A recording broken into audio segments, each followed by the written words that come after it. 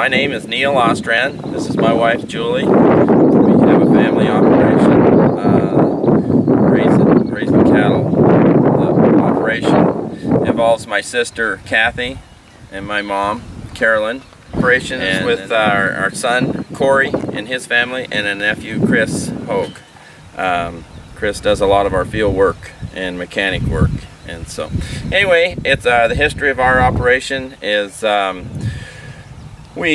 this place was homesteaded in 1884, 130 years ago.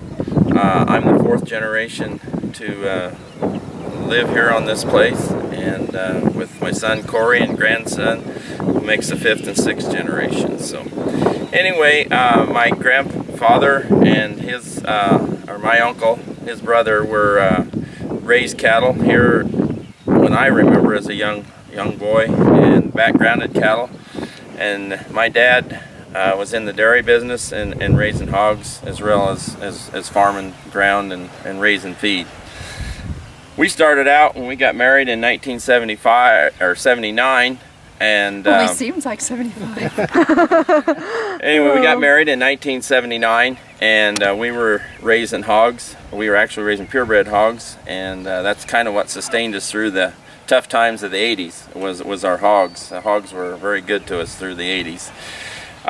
We started a beef cow herd in the late 60s, and my dad bought the first performance tested bull in 1971, and we soon realized the benefits of having a cattle that would perform and grow. And so anyway, we've grown the cow herd, and we grew it to 800 cows in 2012. We've been feeding out the steers and selling the heifers as replacement heifers. We really do nothing too special, but it takes a lot of details to make an operation work, and there's a lot of little details that make a big difference. Whether it's the natural resources that we are blessed with. The three I look at is water, land, and cattle, and we try to protect all three of those and take care of them the best way we know how. Dealing with the water, we take soil samples spring and fall to see where we're at with the nutrients.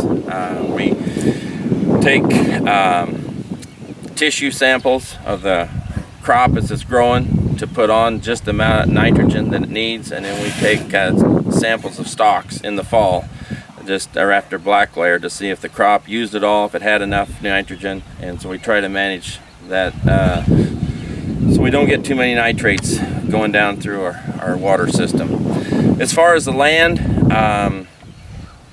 we do have a cow with the cow-calf operation. We do a rotational grazing, moving cattle to different paddocks throughout the summer, and we've been doing that for about 15 years and seen a lot of benefits to our grass through being able to give it time to rest and to recover. As far as the feedlot, we take the manure from out of the feedlot and apply it to the cropland around the home place here, and take nutrient samples of that manure to see what we're getting out of that.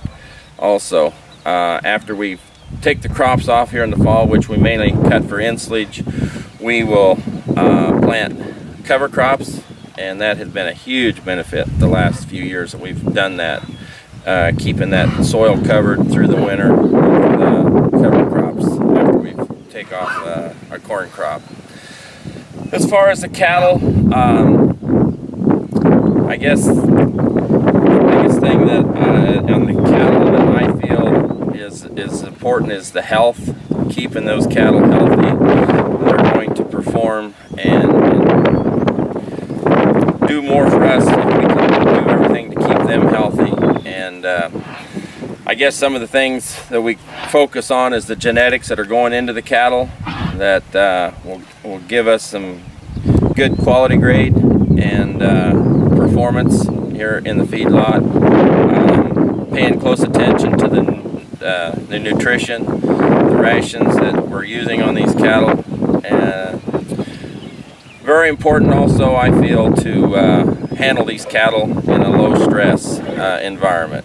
And we've seen a lot of our own raised cattle where we handle them very gentle all the way from birth, that they respond very, very well, and it's been a very good thing as far as the way the cattle perform all the way through the happy plan. So we're just caretakers of the land. Our family is vitally important to us, and this is a family operation. It's one generation helping the next and helping the next and passing on what we do and why we do that from one generation to the next.